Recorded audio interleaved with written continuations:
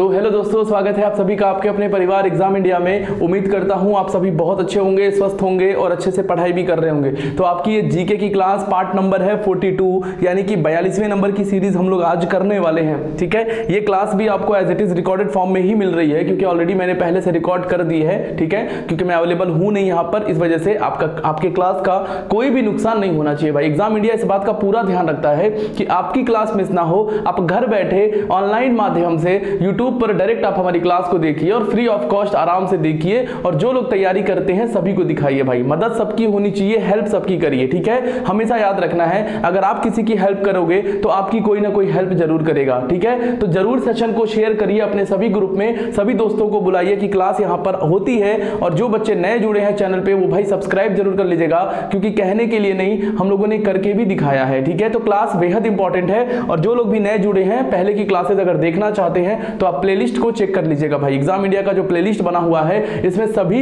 Classes आपको मिल जाएंगी भाई, चाहे वो जीके की हो, चाहे इंग्लिश की हो, चाहे मैथ की हो, चाहे रीजनिंग की हो। ठीक है, हर प्रकार की तैयारी आपको यहां से कराई जा रही है भाई। ठीक है, तो चलिए स्टार्ट करते हैं आज की क्लास को। बिल्कुल कॉपी और पेन लेके तैयार रहना है। जिस प्रकार से आप लोग पढ़ाई करते हैं उसी प्रकार से पढ़िएगा, और कमेंट बराबर आपको देखना है और चेक करते रहना है किसके कितने उत्तर सही हो रहे हैं। तो चलिए बात ना करते हुए पहला प्रश्न आपकी स्क्रीन पर लगा दिया हूं भाई। एशिया का सबसे बड़ा, देखो कितना बढ़िया सवाल है भाई। ठीक है, बहुत प्यारा सवाल है। पहले क्वेश्चन को देखेंगे फिर हम लोग उत्तर करने का प्रयास करेंगे। प्रश्न है आपका कि एशिया का सबसे बड़ा, एशिया का भाई, इंडिया का नहीं पूछ रहा है, एशिया का सबसे बड़ा थोक मसाला बाजार कहां पर स्थित है भाई। ठीक है, होलसेल में। तो याद रखना है, एशिया का सबसे बड़ा थोक मसाला बाजार जो है वो है आपका कहां पर, दिल्ली में। ठीक है, कहां पे है भाई, दिल्ली के अंदर है एशिया का सबसे बड़ा मसाला बाजार। और तरह तरह के मसाले यहां पर मिलते हैं भाई, तरह तरह के मसाले, मतलब जितने भी तरह के मसाले होते हैं वो दिल्ली के अंदर आपको मिल जाएंगे। और ये एशिया का सबसे बड़ा थोक मसाला बाजार है भाई। ठीक है, याद रखेंगे, दिल्ली इसका सही उत्तर हो जाएगा। बहुत लोग इस प्रश्न को गलत करके आ जाएंगे। ठीक है, ध्यान रखना। हाँ, अगर सवाल ये पूछे कि मसाले के उत्पादन में, मसाले के उत्पादन की अगर हम बात करें कि मसाले का जो उत्पादन है वो कौन सा राज्य सबसे ज्यादा करता है। ठीक है, मसाले का उत्पादन कौन सा राज्य सबसे ज्यादा करता है, तो आपका उत्तर केरल होगा। समझ रहे हो, कंफ्यूजन नहीं होना है भाई, प्रश्न अलग अलग बनते हैं। अगर मसाले का उत्पादन पूछेगा कौन सा राज्य नंबर 1 पे है, तो केरल नंबर 1 पे है। लेकिन थोक मसाला बाजार है ना, जहां पे तरह तरह की मसाले बिकते हैं, वो है दिल्ली के अंदर। अब सवाल कई लोगों का आ रहा होगा कि सर दिल्ली के अंदर कहां पे, बहुत लोग दिल्ली के हैं। तो दिल्ली के अंदर भाई खरी बाओली एक स्ट्रीट है। ठीक है, खरी बाओली, शायद आप लोगों ने नाम सुना हो जो दिल्ली के होंगे। ठीक है, खरी बाओली, ये दिल्ली के अंदर एक जगह है, यहीं पर थोक मसाला बाजार लगता है भाई। क्लियर, बड़ा प्यारा सवाल है और ये बिल्कुल दुर्लभ जानकारी आपको दे रहा हूं। ठीक है, ये जानकारी कैसी है, ये जानकारी बिल्कुल महत्वपूर्ण है, दुर्लभ है। चलिए अगला सवाल आपके स्क्रीन पर भाई, क्वेश्चन नंबर नेक्स्ट। और बहुत प्यारा सवाल आपकी स्क्रीन पर आ चुका है, और ये प्रश्न भी देखिए मैंने करवाया था आपको। ठीक है, अब मैंने करवाया था तो इसका मतलब ये नहीं कि मैंने रिपीट कर दिया। आप देख सकते हो कल का जो पेपर में करवाया था मैंने, उस 2019 में पूछा था, और सेम देखो रिपीट हो गया क्वेश्चन। एसएससी सीजीएल 2020 का क्वेश्चन है, देख लो भाई, सीजीएल का क्वेश्चन है 2020 में। और कल जो मैंने करवाया था इसी तरह का एक क्वेश्चन, और वो 2019 में सीपीओ में पूछा था। मैं हमेशा बोलता हूं क्वेश्चन रिपीट होता है, और देख लीजिए उदाहरण आपके सामने दे दिया है मैंने। प्रश्न रिपीट होते हैं, ये मत सोचिएगा कि प्रश्न बड़े आसान होते हैं। आसान तो होते हैं, लेकिन क्यों आते हैं एग्जाम में, क्योंकि बच्चे गलत करते हैं। तो चलिए, सुचेता कृपलानी किस राज्य की पहली मुख्यमंत्री बनी थी, तो इस प्रश्न का उत्तर तो आप सब जान चुके होंगे कि जो सुचेता कृपलानी है, ठीक है, किस राज्य की, तो उत्तर प्रदेश राज्य की बनी थी मुख्यमंत्री। और कब से कब तक बनी थी, तो 1963 से लेकर के 1967 तक ये उत्तर प्रदेश की मुख्यमंत्री थी। और ये भारत की पहली महिला मुख्यमंत्री भी बोली जाती हैं, कही जाती हैं। ठीक है, तो आप उत्तर लगा देना भाई, किसको लगाओगे, उत्तर प्रदेश को लगाओगे। क्लियर है, प्रश्न आसान है लेकिन जानकारी आपको रखना पड़ेगा भाई सब। ठीक है, चलो अगला सवाल आपकी स्क्रीन पे भाई, क्वेश्चन नंबर 3 आपकी स्क्रीन पर आ चुका है कि मध्य प्रदेश के पहले राज्यपाल कौन थे भाई।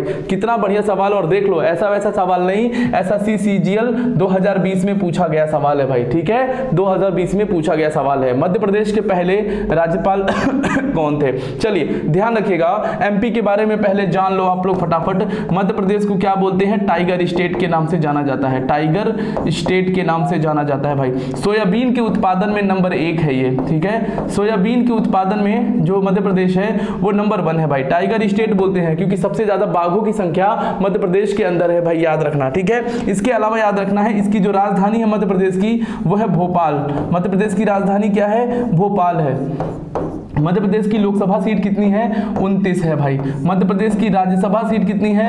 11 है, ठीक है। वर्तमान में मध्य प्रदेश के मुख्यमंत्री कौन है? शिवराज मामा है भाई, ठीक है। कौन मामा है? शिवराज मामा है भाई, शिवराज सिंह चौहान, इनको मामा कहा जाता है भाई मध्य प्रदेश में, ठीक है। मध्य प्रदेश के वर्तमान में राज्यपाल कौन है भाई?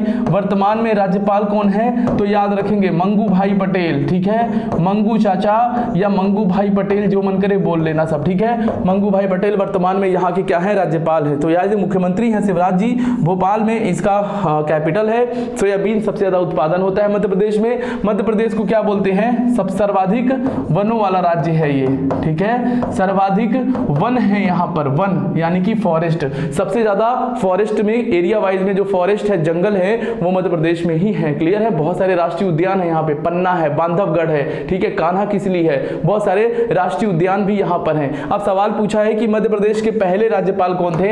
तो मध्य प्रदेश के पहले राज्यपाल थे डॉक्टर सीतारमैया भाई, ठीक है। मध्य प्रदेश के पहले राज्यपाल डॉक्टर सीतारमैया। और याद रखना डॉक्टर सीतारमैया के बारे में एक और जानकारी देने जा रहा हूं जो बड़ी दुर्लभ जानकारी आपके लिए है भाई। क्या है ये? तो डॉक्टर सीतारमैया कौन है? ये फाउंडर ऑफ आंध्रा बैंक, ठीक है, नोट कर लेना, founder of Andhra bank, Andhra bank, ठीक है। यानी कि आंध्रा बैंक का नाम आप सबने सुना होगा, ठीक है, आपने इस बैंक का नाम सुना होगा, आंध्रा बैंक का। तो आंध्रा बैंक के संस्थापक भी थे ये, ठीक है, आंध्रा बैंक के संस्थापक भी इनको कहा जाता है। और ये मध्य प्रदेश के पहले राज्यपाल भी थे। कॉपी में नोट कर लेना, ये सारी जानकारी बहुत दुर्लभ है भाई, स्क्रीनशॉट लेना चाहो तो ले लेना, बहुत इंपॉर्टेंट जानकारी आपके लिए ये मैंने पेश कर दी भाई, ठीक है। चलो भाई, अगला सवाल आपकी स्क्रीन पे क्वेश्चन नंबर 4।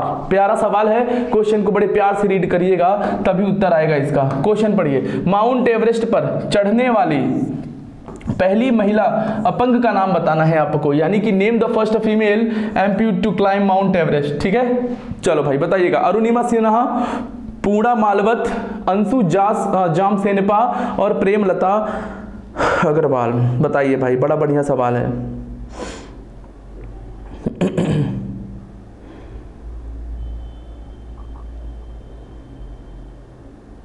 चलिए आपको मैं बता दूं कि माउंट एवरेस्ट पर चढ़ने वाली पहली महिला अपंग जो है ये इंडियन ही थी, भारतीय महिला थी भाई। पहली बात तो याद रखना है ये कौन थी? तो एक भारतीय महिला थी, तो इस बात को भी जानते रहिएगा आप लोग, ठीक है, भारतीय महिला थी। माउंट एवरेस्ट के बारे में तो आप सब जानते ही हो, नेपाल में इसको सागर माथा बोलते हैं, नेपाल में सागर माथा के नाम से जाना जाता है, ठीक है। माउंट एवरेस्ट की ऊंचाई 8,848 मीटर है भाई, ठीक है, लेकिन कहीं कहीं पे ये 8,850 मीटर भी मिलता है, तो कंफ्यूज मत होइएगा आप लोग, ठीक है ना। चलो भाई, तो याद रखना है माउंट एवरेस्ट नेपाल के अंदर है भाई, ठीक है, नेपाल के अंदर है, इस बात को जानते रहेगा।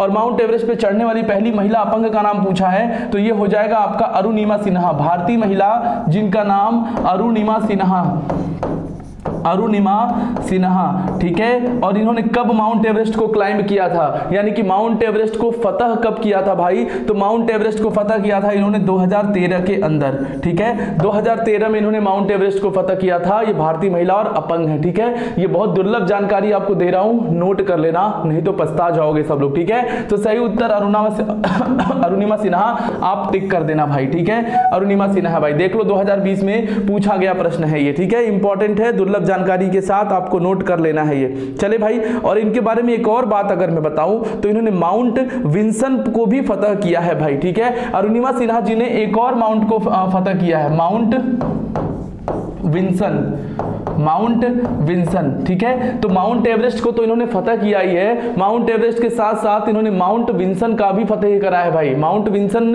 किसकी ऊंची चोटी है आपको मैं बता दूं तो माउंट विंसन जो है ये अंटार्कटिका की सबसे ऊंची चोटी है भाई, ठीक है। माउंट विंसन क्या है?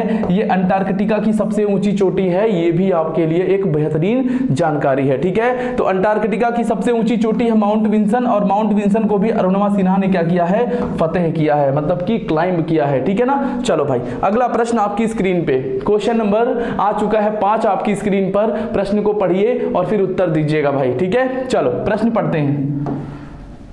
प्रश्न है भारतीय सेना का पहला जनरल कौन है? ठीक है, सीजीएल में पूछा गया क्वेश्चन है ये। भारतीय सेना का पहला जनरल कौन है जिसके सेवानिवृत्ति दिवस को हर साल सशस्त्र बल वयोवृद्ध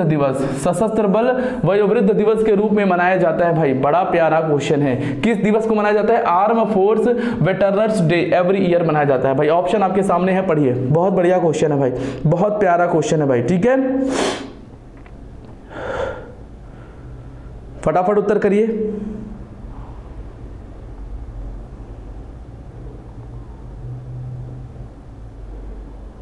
चलिए, तो आपको मैं बता दूं, सशस्त्र बल वयोवृद्ध दिवस मनाया जाता है हर साल 14 जनवरी को। भाई हर साल 14 जनवरी को मनाया जाता है, पहली बात। और किसकी याद में मनाया जाता है? जनरल करियप्पा जी की याद में मनाया जाता है भाई। ठीक है, जनरल के.एम. करियप्पा की याद में इसको मनाया जाता है भाई। General KM. करियप्पा की याद में मनाया जाता है प्रत्येक वर्ष 14 जनवरी को। क्लियर है, याद रखना है आपको। ठीक है, सशस्त्र बल वयोवृद्ध दिवस मनाया जाता है 14 जनवरी को, किसकी याद में? General J.M.. करियप्पा की याद में। क्लियर, इंपॉर्टेंट क्वेश्चन है, नोट कर लेना, ये बड़े दुर्लभ क्वेश्चन है। ठीक है, दुर्लभ क्वेश्चन है ये। चलो अगला सवाल आपकी स्क्रीन पे, क्वेश्चन नंबर 6 आ चुका है। बहुत इंपॉर्टेंट क्वेश्चन है भाई। ठीक है, बहुत प्यारा क्वेश्चन है भाई।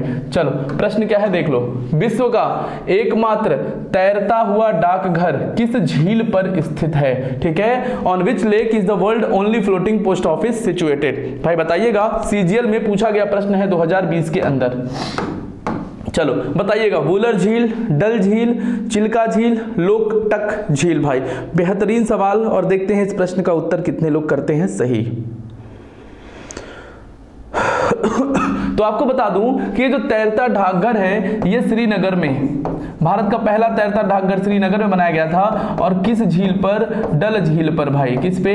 डल झील पर। तो याद रखना है आपको। ठीक है, डल झील श्रीनगर में यहीं पर है। कहां पर है भाई? डल झील। ठीक है, कहां पर है? श्रीनगर में है, जम्मू कश्मीर के अंदर। और तैरता डाकघर बनाया गया था यहाँ पे। वुलर झील भी जम्मू कश्मीर में है आपका, याद रखना है आपको। चिल्का झील उड़ीसा में है, याद रखना है आपको। और लोकटक झील कहां पे है? मणिपुर में है, याद रखिएगा आप लोग। ठीक है, ये सारी जानकारी बहुत इंपॉर्टेंट है आपके लिए, सारी जानकारी बहुत इंपॉर्टेंट है, याद रखिएगा आप लोग। अच्छे क्वेश्चन हैं सारे। ठीक है, परीक्षा में देखना आप लोग, वो कॉन्फिडेंस आपके अंदर आ जाएगा। डेली क्लास करने के बाद आपको लगेगा कि हाँ भाई, क्लास करने का तो अपना मजा है भाई। ठीक है, चलो अगला सवाल आपकी स्क्रीन पे, अगला सवाल आपकी स्क्रीन पे आ चुका है। क्वेश्चन को पढ़िए और देखिए कितना प्यारा सवाल है भाई। भारत के किस राज्य में सूर्योदय सबसे पहले दिखाई देता है? ठीक है भाई, बता देंगे हम, भारत के किस राज्य में सूर्योदय सबसे पहले दिखाई देता है भाई। CHSL 2020 का प्रश्न है। ऑप्शन आपके सामने है, अरुणाचल प्रदेश, उड़ीसा, मेघालय की पश्चिम बंगाल? भाई ठीक है, बताना है आपको।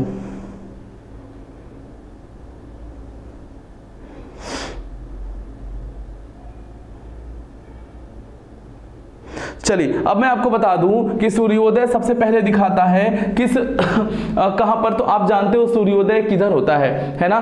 सूर्योदय सबसे पहले किस दिशा से होती है? अगर आपको ये पता हो तो सूर्योदय जो होती है वो पूरब दिशा से होती है। सबसे पहले पूरब में सूर्योदय होता है। ठीक है, पूरब में सूर्योदय होता है, पूर्व दिशा में, जिसको हम ईस्ट बोलते हैं। ठीक है, पूर्व दिशा में जिसको हम ईस्ट बोलते हैं। ये बात तो आप सभी जानते हो भाई। अब समझना, एक बात मैं आपको बताने जा रहा हूं कि एक विलेज है, एक गांव है, डोंग विलेज। ठीक है, डोंग विलेज, एक गांव का नाम याद रखना। एक विलेज है डोंग विलेज।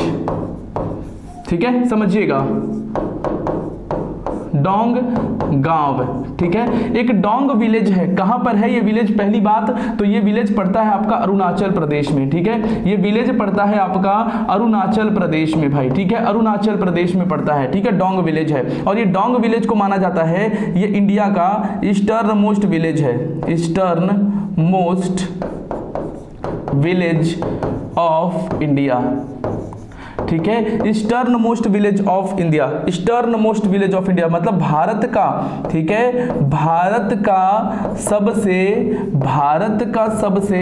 पूर्वी गांव, भारत का सबसे पूर्वी गांव। भाई याद रखना, बहुत ही लेटेस्ट और बिल्कुल एकदम दुर्लभ जानकारी है ये ऐसी जानकारी है जो शायद आपने अब तक नहीं सुनी होगी। ठीक है, मुझे उम्मीद है कि आप ये जानकारी आज तक नहीं जानते होंगे कि भारत का सबसे पूर्वी गांव कौन सा है। ठीक है, eastern most village of India है वो है डोंग गांव है, डोंग विलेज है। किस राज्य में? अरुणाचल प्रदेश में। और सूर्योदय सबसे पहले कहां पर होता है? सूर्योदय पूरब से होता है, और पूरब में सबसे पहले कहां पर होता है? इस गांव में होता है सबसे पहले, यानी सबसे पहले सूर्योदय जो है वो यहीं से होता है भाई। तो अरुणाचल प्रदेश आपका स्टेट पूछ रहा है, तो आपका उत्तर तो ये हो जाएगा भाई, ठीक है, उत्तर तो ये हो जाएगा। लेकिन अब जैसे प्रश्न बन रहे हैं परीक्षा में, तो आपसे पूछा जा सकता है भाई कि भारत का सबसे पूर्वी गांव कहां पे है जहां पे सबसे पहले सूर्योदय होता है? तो आप कहोगे सर ने तो बताया है क्लास में, डोंग विलेज है भाई, ठीक है, डोंग विलेज है। बताओ, दुर्लभ जानकारी है, नोट कर लेना और पूछना किसी से भी, ठीक है, किसी से भी पूछना और देखना उनको पता है कि नहीं, ठीक है। आपको पता चल गया है, कमेंट बॉक्स में बताना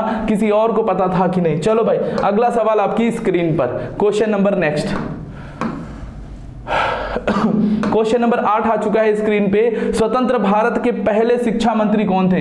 ये तो दुर्लभ जानकारी नहीं है भाई। स्वतंत्र भारत के पहले शिक्षा मंत्री कौन थे? ये तो सिंपल सा क्वेश्चन हो जाएगा, लेकिन पेपर में आता है, ध्यान रखना है भाई। प्रणब मुखर्जी, इंदिरा गांधी या अबुल कलाम आजाद? हिंदी में थोड़ा सा अजीब सा टाइपिंग है, ठीक है। अबुल कलाम आजाद या त्रिगुणा सेन? भाई बहुत बढ़िया क्वेश्चन ये भी है, पूछा जाता है, बस याद रखना है आपको, ठीक है। तो आपको बता दूं मैं कि भारत के पहले शिक्षा मंत्री अबुल कलाम आजाद जी को कहा जाता है, ठीक है। भारत के पहले शिक्षा मंत्री किसको बोलते हैं? अबुल कलाम आजाद, अबुल कलाम आजाद, ठीक है। और इनके ही जन्म दिवस को 11 नवंबर को भाई याद रखना है, 11 नवंबर को ही मनाया जाता है क्या? नेशनल एजुकेशन डे मनाया जाता है भाई, नेशनल एजुकेशन डे मनाया जाता है, ये भी आप जानते रहना। नेशनल एजुकेशन डे यानी कि राष्ट्रीय शिक्षा दिवस, हिंदी में राष्ट्रीय शिक्षा दिवस, राष्ट्रीय शिक्षा दिवस, ध्यान रखना है भाई। देखो, हिंदी इंग्लिश में लिखना अपने आप में बड़ा टफ काम होता है, ठीक है। बहुत कम जगहों पे ऐसा होता है कि जहां पे आपको हिंदी इंग्लिश में लिखा जाए। यहां पर आपको मैं इसीलिए दोनों भाषा में लिखता हूं क्योंकि हमारे चैनल पे दोनों भाषा के छात्र होते हैं, ठीक है। किसी भाषा में दिक्कत नहीं आनी चाहिए, बस मेरी भाषाओं को, मेरी बातों को ध्यान से सुना करो, ठीक है। तो 11 नवंबर को मनाया जाता है नेशनल एजुकेशन डे, राष्ट्रीय शिक्षा दिवस। और किसके जन्म दिवस पर? अबुल कलाम आजाद जी के जन्म दिवस पर मनाया जाता है। क्यों? क्योंकि भारत के पहले शिक्षा मंत्री थे। क्लियर है? तो आपका सही उत्तर हो जाएगा सी, भारत के पहले शिक्षा मंत्री अबुल कलाम आजाद। क्लियर है? ध्यान रखना। अगला प्रश्न, अगला प्रश्न क्वेश्चन नंबर 9, अगला प्रश्न है क्वेश्चन नंबर 9 का। देखते हैं इस प्रश्न का सही उत्तर क्या होने वाला है। प्रश्न क्या है भाई?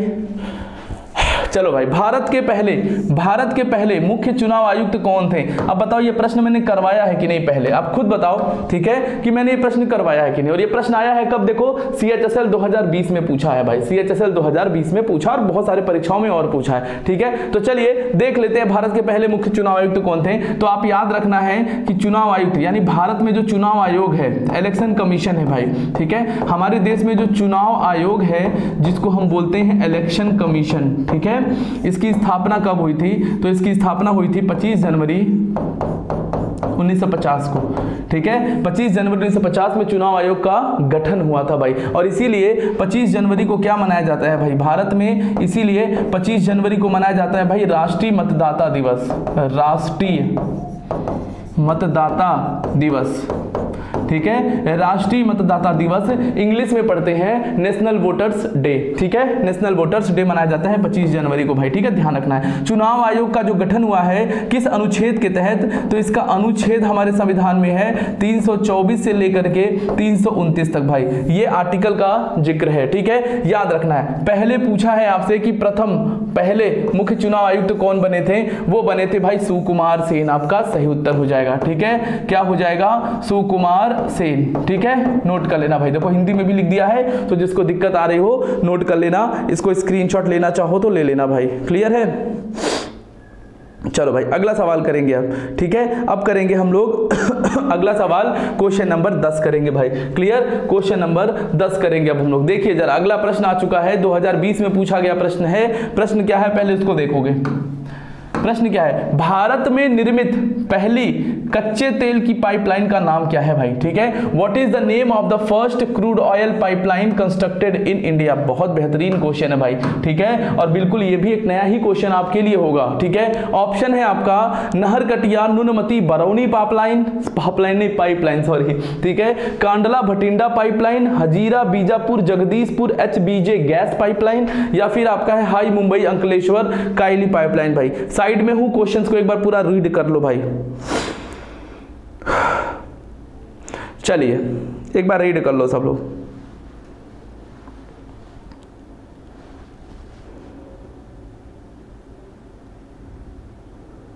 चले भाई बताएं अब आपको।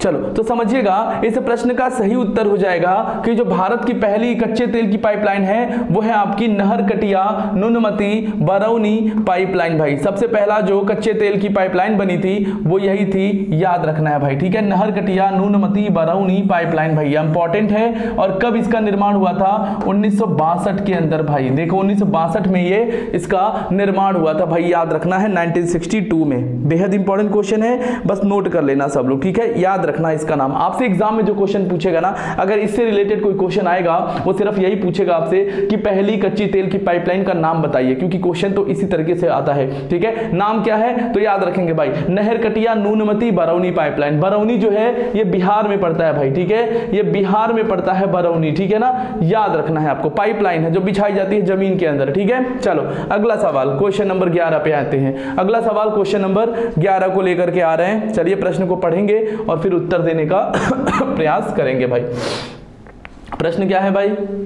चलिए प्रश्न है, निम्नलिखित में से कौन एकमात्र भारतीय हैं, निम्नलिखित में से कौन एकमात्र भारतीय हैं जिन्होंने मानवाधिकार क्षेत्र में संयुक्त राष्ट्र पुरस्कार जीता है। भाई तो पुरस्कार जीता है तो आपको नाम याद रखना है, क्योंकि कोई अगर एकमात्र भारतीय लिखा है क्वेश्चन में तो क्वेश्चन तो इंपॉर्टेंट हो जाता है भाई, ठीक है। तो कौन से एकमात्र भारतीय जिन्होंने मानवाधिकार क्षेत्र में पुरस्कार जीता है भाई, तो बहुत इंपॉर्टेंट क्वेश्चन है, फटाफट बताएंगे इसका भी उत्तर सब लोग। चलिए तो आपको बता दूं कि एकमात्र भारतीय आज तक कोई और नहीं जीता है मानवाधिकार के क्षेत्र में। भाई समझ रहे हो आप लोग, ह्यूमन राइट्स के फील्ड में संयुक्त राष्ट्र पुरस्कार जीते भाई बाबा आमटे चाचा, ठीक है। बाबा आमटे जी भाई बहुत बड़ा नाम है ये, बाबा आमटे जी, ठीक है। इनका नाम याद रखेंगे कि मानवाधिकार के क्षेत्र में संयुक्त राष्ट्र पुरस्कार जीता है इन्होंने, एकमात्र भारतीय 1988 में, ठीक है। 1988 के अंदर इन्होंने ये अवार्ड जीता था। तो बिल्कुल ये दुर्लभ जानकारी आपके लिए इंपॉर्टेंट है, याद रखेंगे भाई, ठीक है। चलें आगे। चलिए अगला सवाल है, क्वेश्चन नंबर नेक्स्ट आपकी स्क्रीन पे है, क्योंकि सारे हम लोग प्रीवियस ईयर ही देख रहे हैं, जो सीजीएल में है, सीपीओ में है, एमटीएस में है, सीएचएसएल में है, ठीक है। अगला सवाल देखते हैं भाई, जूनियर विंबलडन के पुरुष एकल वर्ग में खिताब जीतने वाले पहले एशियाई खिलाड़ी कौन से हैं भाई, ठीक है। तो ये भी आपका उस समय के करंट अफेयर्स का सवाल था, तो इसको अभी हम लोग नहीं करेंगे क्योंकि 2020 का सवाल था ये, ठीक है। तो करंट अफेयर का तो लेटेस्ट में पूछा जाता है, ठीक है। तो इस प्रश्न को फिलहाल के लिए छोड़ दीजिए, करंट अफेयर तो आपको पिछले 8 से 10 महीने का कवर करना होता है, ठीक है। चलो अगला सवाल देख लेते हैं जो हमारे लिए इंपॉर्टेंट है, जीके से रिलेटेड। क्षेत्रफल के आधार पर, क्षेत्रफल के आधार पर भारत में सबसे छोटा केंद्र शासित प्रदेश कौन सा है भाई, ठीक है। एरिया वाइज क्षेत्रफल के आधार पर भारत में सबसे छोटा केंद्र शासित प्रदेश कौन है, तो इसका उत्तर तो बड़ा क्लियर हो जाना चाहिए सबका भाई, ठीक है। इसका उत्तर तो मुझे लगता है एकदम क्लियर हो जाना चाहिए कि लक्षद्वीप जो है क्षेत्रफल के आधार पर सबसे छोटा राज्य पड़ेगा, केंद्र शासित प्रदेश है, वो सबको पता है आपको, ठीक है। कोई दिक्कत हो तो बता दीजिएगा मुझे एक बार। लक्षद्वीप इसका सही उत्तर हो जाएगा, smallest union territory of India है ये, ठीक है।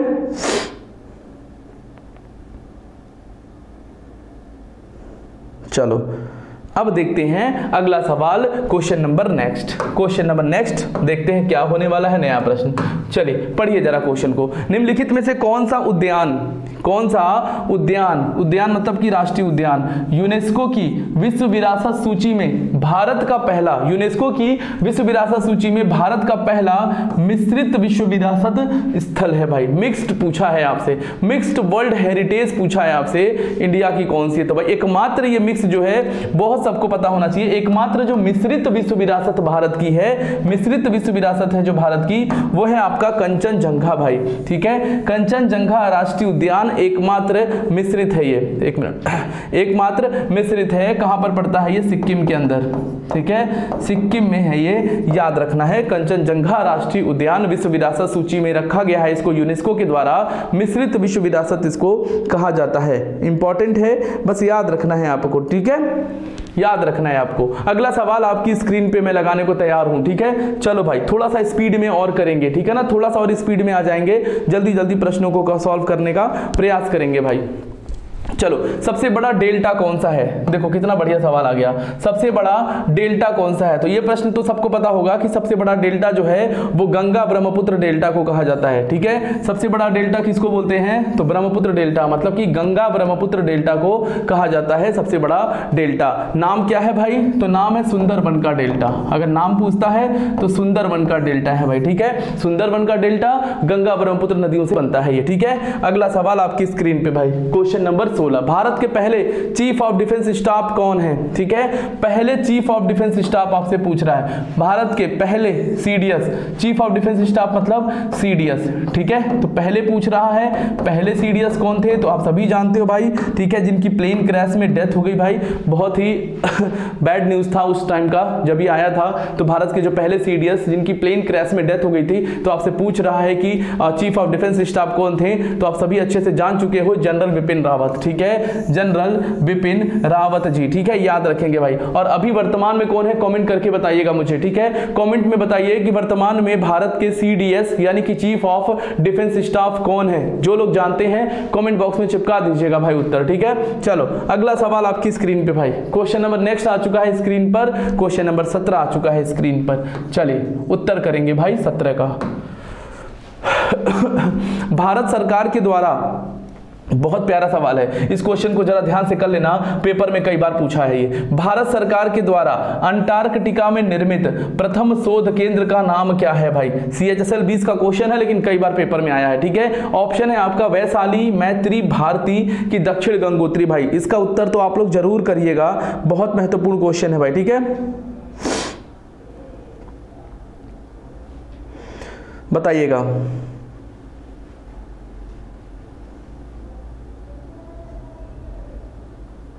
चलिए, तो भारत का सरकार के द्वारा अंटार्कटिका में निर्मित प्रथम शोध केंद्र का नाम है भाई, वो है दक्षिण गंगोत्री। क्या है नाम? दक्षिण गंगोत्री नाम है, याद रखेंगे, बहुत इंपॉर्टेंट क्वेश्चन है भाई। ठीक है, बहुत इंपॉर्टेंट क्वेश्चन है, याद रखेंगे। अंटार्कटिका में ये निर्मित है रिसर्च सेंटर या शोध केंद्र दक्षिण गंगोत्री। अगला सवाल स्क्रीन पे भाई, पासी कोंकणी राज्य किसका एक लोक नृत्य है? देखो भाई, बड़ा प्यारा सवाल कि पासी कोंकणी किस राज्य का एक लोक नृत्य है? तो देखो, लोक नृत्य से रिलेटेड एक क्वेश्चन आपके सामने है, ऐसे सवाल भी कभी कभी एग्जाम में पूछा जाता है।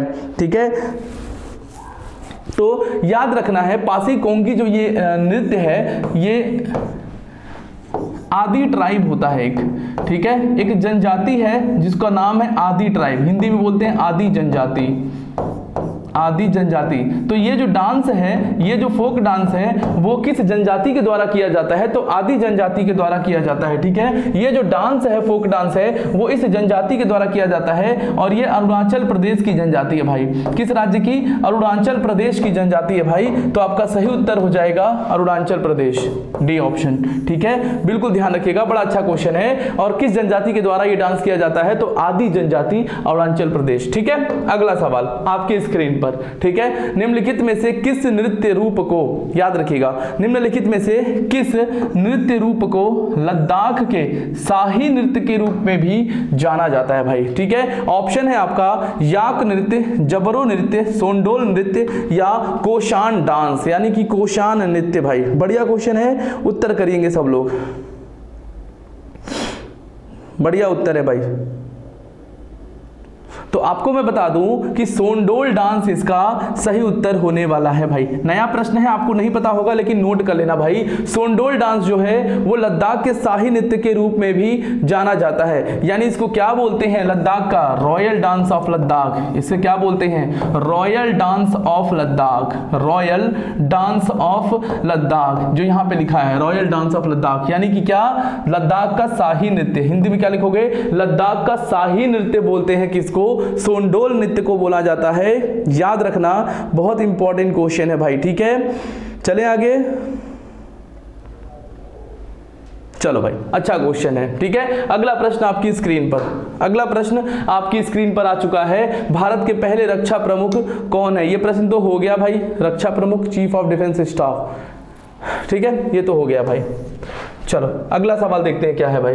निम्नलिखित में से कौन मेघालय का नृत्य है? अगला सवाल बता दो भाई कि निम्नलिखित में से कौन मेघालय का नृत्य है। देखो मैं आपके जितने भी महत्वपूर्ण डांस है ना वो मैं करवाऊंगा, ठीक है, ताकि आपका कोई भी क्वेश्चन गलत ना हो, क्योंकि ये डांसेस आपको याद नहीं होते हैं मुझे पता है, ठीक है, लेकिन याद हो जाएंगे, परेशान मत होइए। क्लास को देखते रहिए, बस डेली नोट करते रहिए, ठीक है, इंपॉर्टेंट है आपके लिए ये सब। तो मेघालय का जो नृत्य है भाई कौन सा है? तो मेघालय का जो नृत्य होने वाला है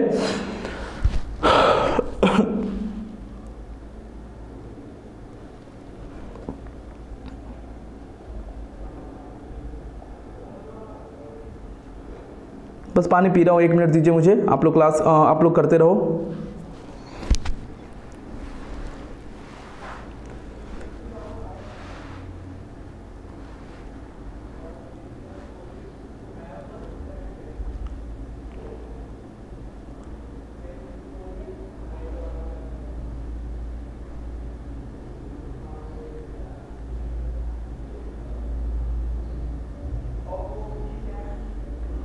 चलिए भाई, चलिए, तो ये हो गया भाई मेघालय का प्रमुख डांस, सॉरी पानी पी रहा था। चलो ये हो जाएगा आपका लाहो, ठीक है। मेघालय का जो प्रमुख नृत्य है वो है लाहो के नाम से। एक कलरफुल डांस होता है ये मेघालय में, ठीक है, मेघालय में एक ये कलरफुल डांस होता है, लाहो के नाम से जाना जाता है, और ये फेस्टिवल पे ही किसी पर्टिकुलर फेस्टिवल होता है और उसमें ये मनाया जाता है। क्लियर? लाहो डांस। चलो भाई अगला सवाल देखते हैं क्या होने वाला है।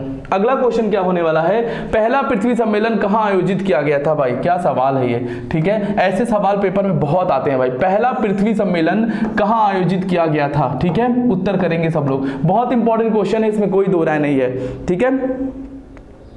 तो पहला पृथ्वी सम्मेलन कहाँ पे किया गया था भाई? याद रखेंगे आप लोग कि यूनाइटेड नेशन कॉन्फ्रेंस यानी कि यूएनसीईडी के द्वारा आयोजित किया गया था रियो डी जेनेरियो में। आपको बता दूं कि पहला पृथ्वी सम्मेलन जो हुआ था वो रियो में हुआ था, ठीक है। रियो एक शहर का नाम है, रियो डी जेनेरियो पूरा इसका नाम होता है, रियो डी जेनेरियो।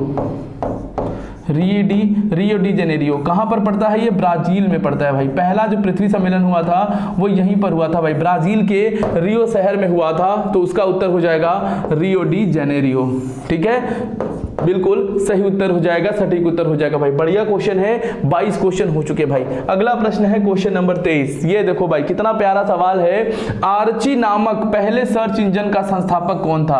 प्रश्न को पढ़ो और फिर उत्तर दो सब लोग, ठीक है। Who was the founder of the first search engine called Archie? यानी कि एक क्वेश्चन में ही क्वेश्चन छुपा है। अगर आपसे सवाल पूछेगा कोई कि सबसे पहला सर्च इंजन कौन सा था, ठीक है, तो आप बोलोगे आर्ची था, ठीक है। अब इसके संस्थापक कौन थे ये प्रश्न पूछा है आपसे भाई। बढ़िया सवाल है और ऑलरेडी सीएचएसएल में पूछा जा चुका है ये प्रश्न, ठीक है। तो आर्ची नामक पहले सर्च इंजन का नाम याद रखना है, वो इसके जो संस्थापक थे उनका नाम था एलन इमिटेज, ठीक है, एलन इमिटेज इनका नाम था भाई, याद रखना है।